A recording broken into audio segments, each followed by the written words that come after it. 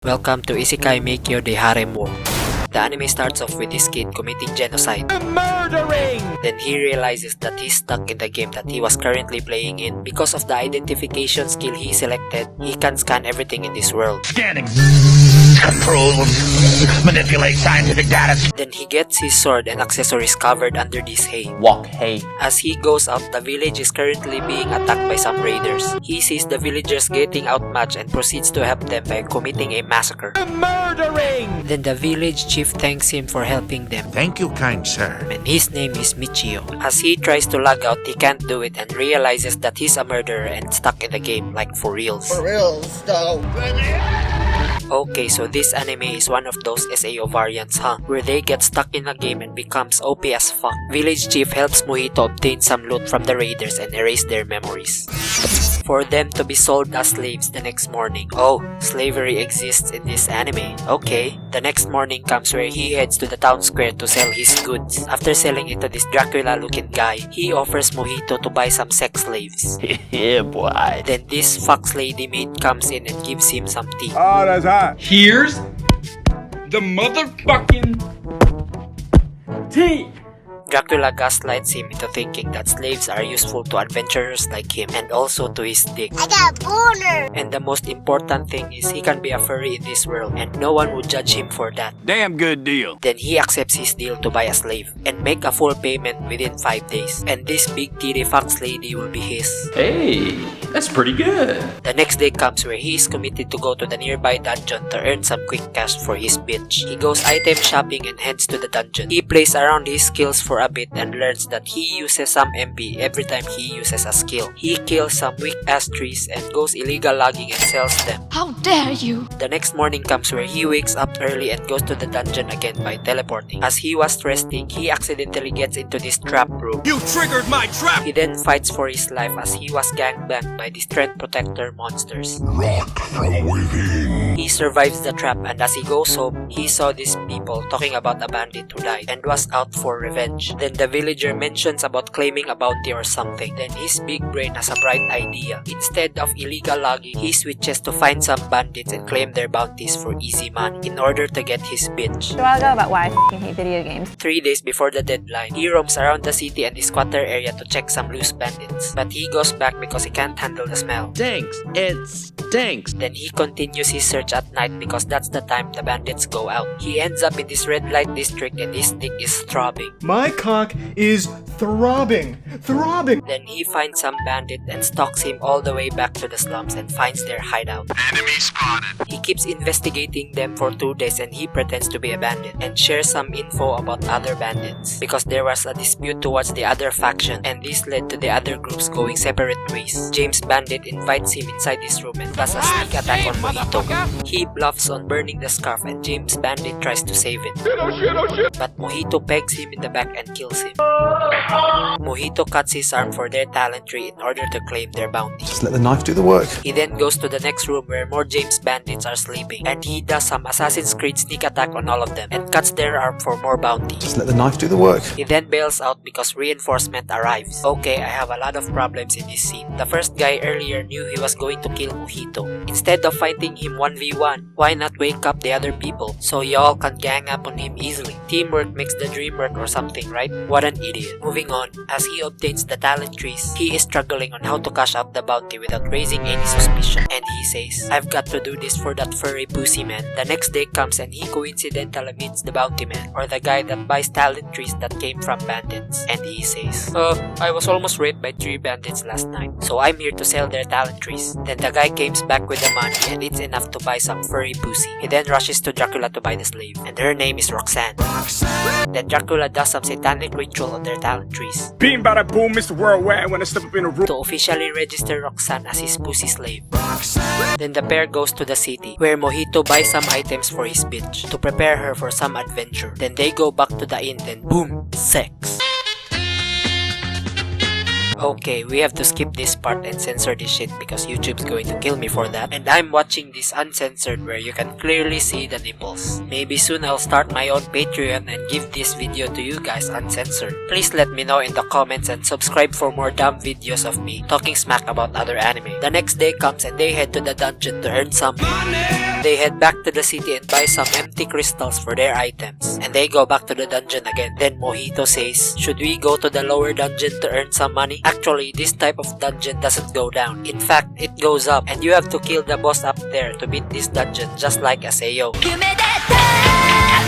The pair grinds and finally Mojito obtains a healing skill. Then they go back to the inn and have sex again. The next morning comes and they're finally going to the boss's room. The pair enters the room and the boss shows up and it's still Trent Protector. That's more like it. But it's a tougher version because he has an assault cuirass and he's so very tanky. Then through teamwork, they manage to beat Trent Protector. They beat him twice to get some pills. Pills here! And they take it to a drugstore and convert them into different kinds of pills. They go back to the dungeon and proceed to the second floor to farm some thread on these caterpillars. As they head home, he spotted some bandits scouting the slave market. Enemy spotted. Then he tells Dracula about the situation. Mojito then makes a deal to become his bodyguard for the night and Dr. Acula agrees. Night comes and the pair heads to the slave market to do their bodyguard job just like Kevin Costner. He then proceeds to test his body explosion magic spell on this weak James bandit. And it worked. Then the job ends and the pair heads to the dungeon and Mojito tests his new spells on these weak monsters. They head to the boss room and they beat Nikocado Avocado.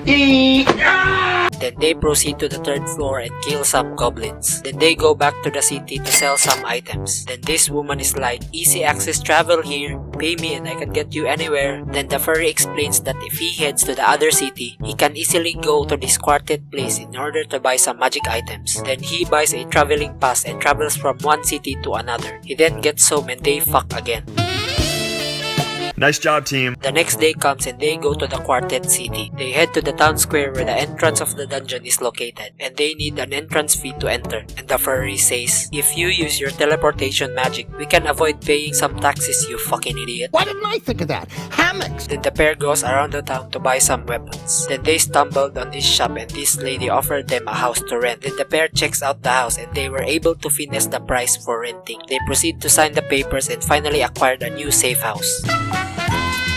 They go to the dungeon and Mojito tries his new wand. He then goes to the new dungeon to mark its location for his teleportation technique. Then he heads home and they fuck again.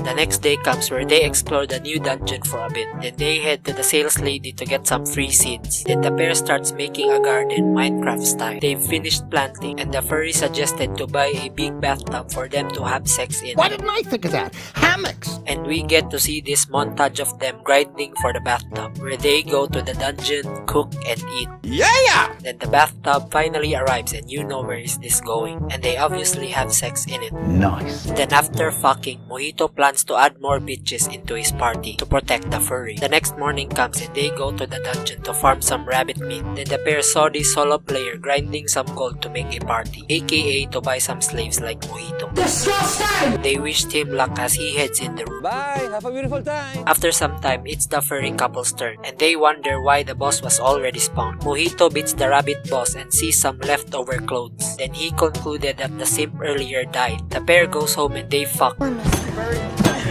While fucking, Mojito is having an existential crisis and he thinks about the suicidal simp earlier. That's fucking gay right there, to think about other men while having sex. Moving on, the pair keeps going to the dungeon. Mojito was struggling and he is finally considering to expand his party. Then after killing some rabbits, it dropped a skill crystal, which is a rare item. Oh my god! Wow! The pair heads home and Mojito wants to put the skill crystal on this sword because it has an available gem slot in it. And to do that, they need a skilled wheelsmith dwarf. No, not a wheelsmith, a blacksmith. And he needs to find one ASAP. He then tells the furry that he needs to write a wheelsmith because of the suicidal simp incident the other day. It got him thinking that he might die anytime soon in the dungeon. Then the furry says no because she swears to protect him, and even if he contracted some STDs like AIDS or some shit, it, she will find a cure. He then goes to Dracula to buy a Will Smith dwarf slave for his party expansion. He meets the dwarf, then after some Q&A, he finds out that she is legal at 16 years old. 16! Which is the legal age of consent in Japan, and it's disgusting! Then after some careful consideration and Dr. Akila here telling him that the dwarf is a virgin and she is negative from any STDs, he finally buys her. Damn good deal. Wait, do you mean that AIDS exists in this world? Doesn't matter. They head home and interview the loli on what weapon does she use, and they tell her about Mojito can use any magic, sorcery, fucktuckery, and how he's not just a simple adventurer, and how he can basically do anything, just like my boy, the most talented man of all time, Mr. Johnny Sins. And they tell her that she needs to keep all of this a secret. The pair heads to the city square to buy some items for the loli, and they head to the dungeon to show the loli how they fight. Then they go home and of course they fuck again. Shit, that make your pussy throb right there. My pussy's throbbing. The next day comes and Mojito finally accepts himself to become the Johnny Sins in this world, and we get to see a montage of him buying and fucking some more slaves. It should have been me, not him! It's not fair! And that's the end of the anime. This hentai gets the most talented man out of a Johnny Sins. Why I hate video games.